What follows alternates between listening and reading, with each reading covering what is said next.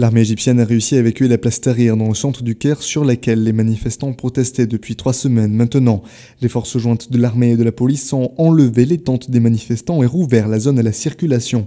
Le ramadan est venu sur la place Tahrir, mais cette fois sans Moubarak. Ce slogan, avec les décorations du ramadan, a été vu par toute personne qui s'est rendue sur la place Tahrir aujourd'hui à l'occasion du premier jour du mois sacré. L'intervention de l'armée a divisé la société en deux. Il y avait des points de vue très différents sur la valeur potentielle des manifestations.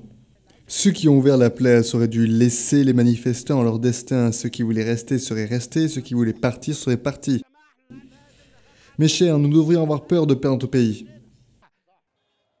Le lieutenant général Sami Hannan a confirmé que le tribunal militaire n'est pas pour les civils, comme certains l'affirment, mais bien pour limiter le vandalisme qui s'est propagé comme résultat de l'instabilité du pays.